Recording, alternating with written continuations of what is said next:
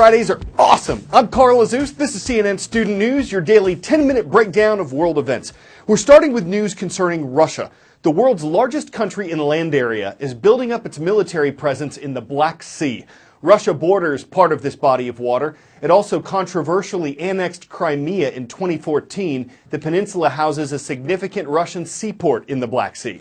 Also in the region, the U.S. has sent several F-22 Raptor warplanes to Romania, another border country of the sea. So what's the significance of all this? Well, relations between the U.S. and Russia are at a low point, and America has been showing support for its allies in the region who are members of NATO, the North Atlantic Treaty Organization, a group of countries that banded together after World War II to balance out the military strength of the Soviet Union. So a military buildup in the Black Sea is like an international show of power.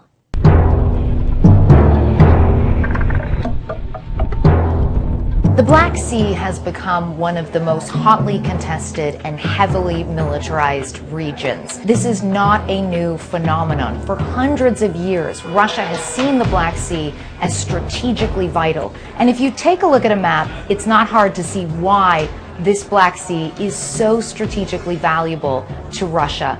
Firstly, it acts essentially as a bridge between two continents, a gateway between Europe and the Middle East, and it also provides crucial access to the Mediterranean and to oceans beyond. That gives it value commercially, but also gives it importance militarily. And if you take a look at the conflict in Syria, you can see that the Black Sea provides a vital strategic and logistics hub to the Russians who are carrying out military activities in that conflict there. Now, if you also take a look at the other countries that are bordering the Black Sea, it'll help you understand the situation a little bit better. Ukraine, Romania, Bulgaria, Georgia, and Turkey. With the exception of Turkey, all of them were either Soviet states or part of the Soviet bloc. And with Georgia and Ukraine aspiring to move closer to NATO, Russia is increasingly surrounded by treaty allies. Russia has said again and again that it strongly believes that former Soviet republics should remain under the Russian sphere of influence. And it has also been complaining for decades about what it calls NATO aggression, essentially that Western alliance which it sees as pushing up aggressively against Russia's borders. Okay, now we're diving deeper. International maritime tensions aren't limited to the Black Sea. We've reported on China's controversial buildup of man-made islands in the South China Sea. The U.S. is reportedly planning to use submarine drones to help keep tabs on that region. And American officials say that Russian submarine activity is at levels that the U.S. Navy hasn't seen in decades. Russia has increased its patrols in the Atlantic, including in areas near U.S. waters. So the American military is trying to keep its upper hand by developing subs like the USS Missouri. And CNN recently got the chance to climb aboard. This is a very important time for submarine operations. They're a way of projecting power across the planet, really, silently. It's called the silent service. Their job is to hide, really, so no one knows where they are.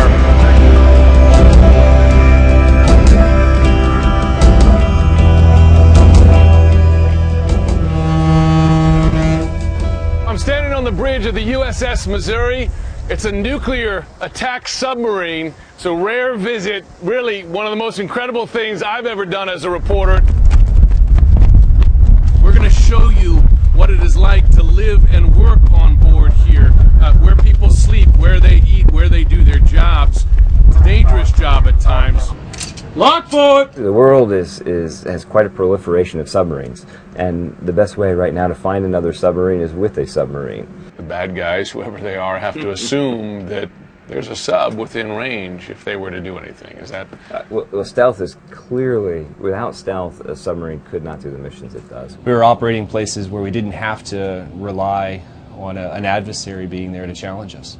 Now that's changing. Understand warning! Since we're going out just on a training mission, most of these torpedoes are what are called practice shots. They don't have actual ordnance on them, but you look at the green ones here, these are actual live torpedoes, and anytime U.S. submarine goes out of port, it's carrying at least a couple of these for self-defense. The firing order is tubes 5 and 8. In the window, tube 5 and tube 8. Shooting.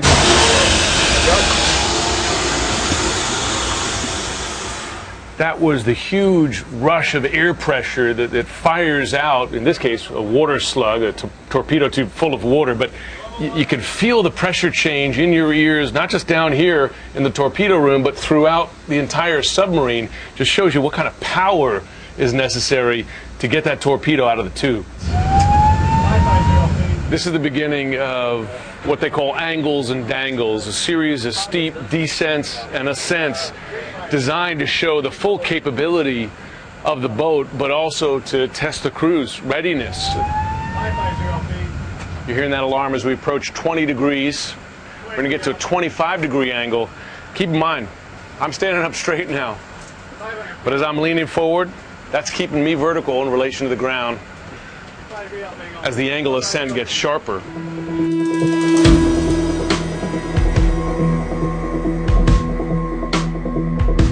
Someone asked me today if U.S. submarine forces are preparing for war.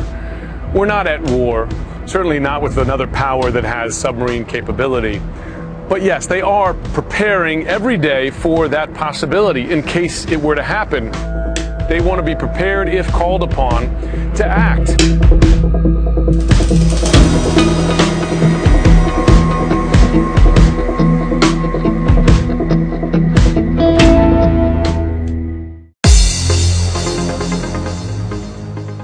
Starting today's roll call in a Central American country between Guatemala and Nicaragua. We're talking about Honduras, and it's great to see everyone at Good Shepherd Christian Academy in Zamorano.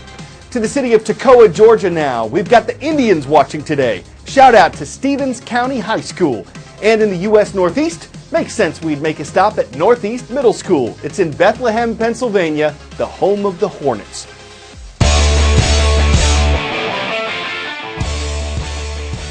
Before we go, 3 words. Jurassic Park tortoise. It's supposed to remind you of the movie, but instead of vicious velociraptors and tyrannical tyrannosauruses, it's got a tortoise. His name's Louie. He's got his own pool, grazing area, and visitor center. And if you happen to find yourself trapped inside with the power out and nothing to keep you company but a cold-blooded Chelonian, well, you can just walk to the house.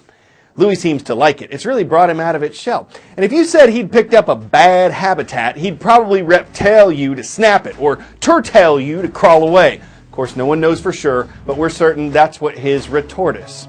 I'm Carl Jesus. Have an amazing weekend.